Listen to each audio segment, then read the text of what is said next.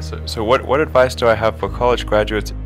Certainly, I'd invite you to apply for a job at SolarCity or Tesla or SpaceX. And if not, then if that doesn't work for whatever reason, then apply to jobs at other companies in that arena, or try starting a company. If you study engineering and you figure out how to design new things, then it's relatively easy to start a company. You just need to get a few like-minded people with you.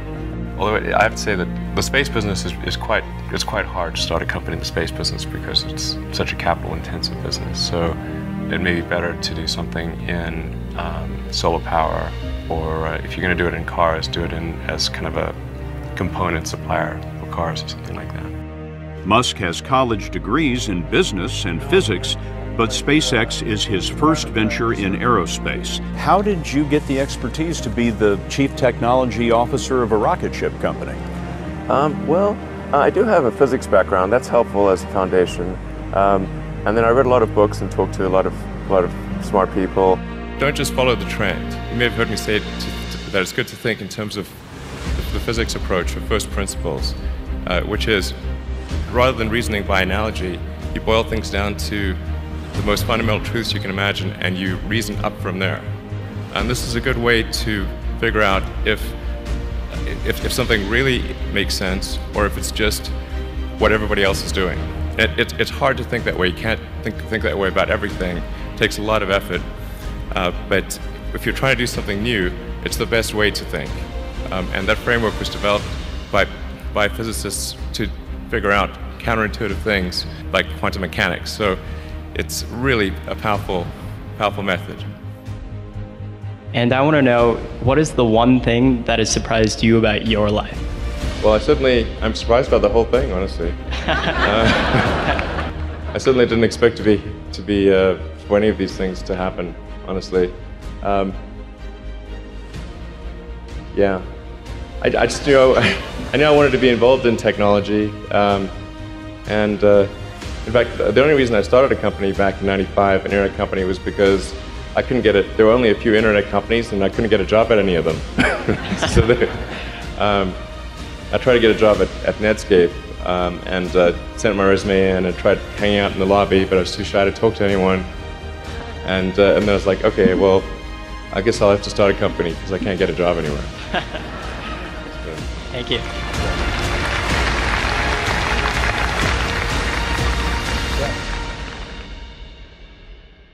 I wouldn't say I'm fearless. In fact, I think I feel fear quite strongly. But if what we're doing is, what I'm doing is, I think, is important enough, then I just override the fear. Mm-hmm. So, but it's not as though I don't feel. I feel like more strongly than I would like. I think also people tend to overweight risk on a personal level.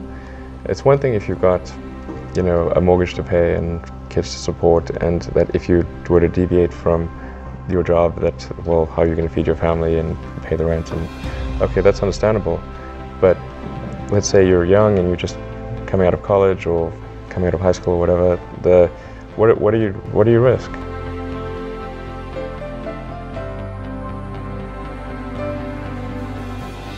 You're not going to starve. I mean, right. It's really certainly not in any kind of modern economy. It's so easy to earn enough money just to live somewhere and eat food. I don't know what are they afraid of? They're mostly afraid of failure, I think.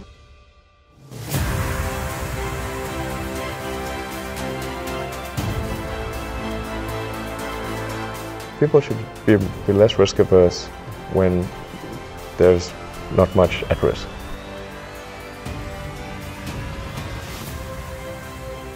What is education? Like, you're basically downloading data and algorithms into your brain. And it's actually amazingly bad in conventional education. Because it shouldn't be like this huge chore. Like, the more you can gamify the process of learning, the better.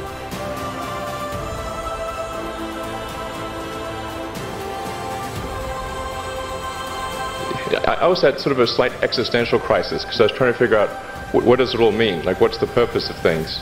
And I came to the conclusion that if we can advance the knowledge of the world, if we can do things that expand the scope and scale of consciousness, then we're better able to ask the right questions and become more enlightened, and that's really the only way forward.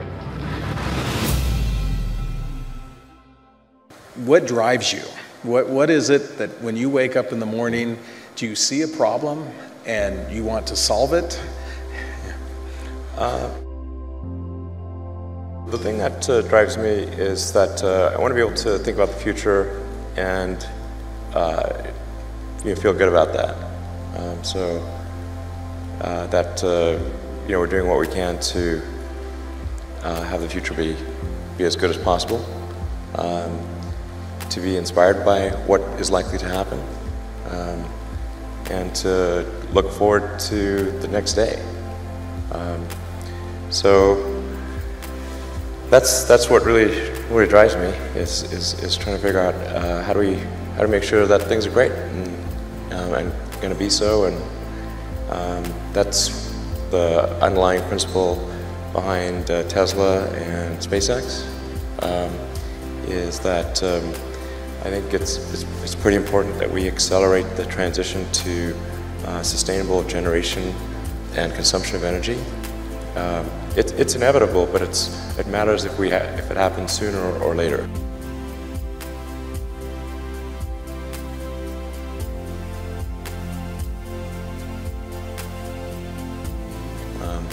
And then SpaceX is about helping make life multiplanetary, and doing what we can to continue the dream of Apollo, and ultimately make a contribution to life becoming multiplanetary.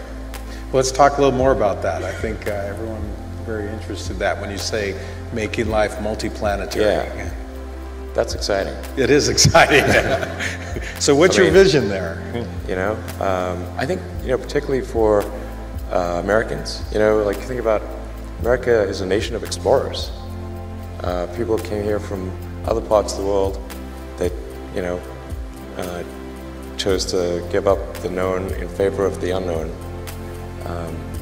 So I think exploration, like the United States, is a distillation of the human spirit of exploration,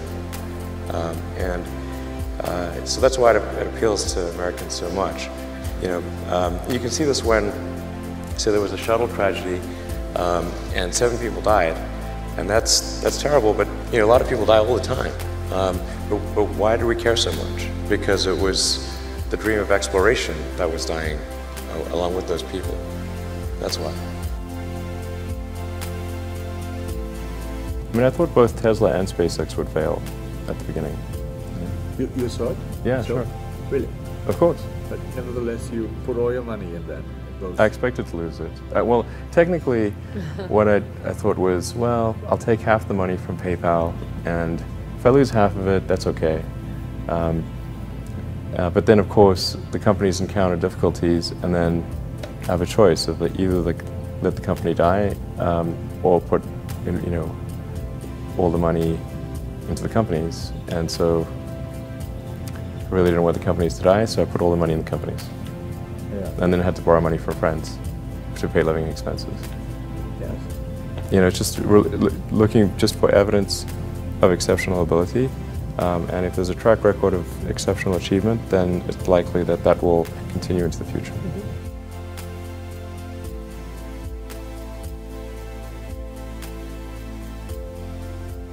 Well, it really depends on the stakes. If the stakes are high, if it's really important, then one should, will overcome the fear and just do it anyway. Mm-hmm. But essentially, I just drive overrides fear, but I feel the fear. It's kind of annoying. I wish I didn't. Okay. I wish I felt it less. Uh-huh.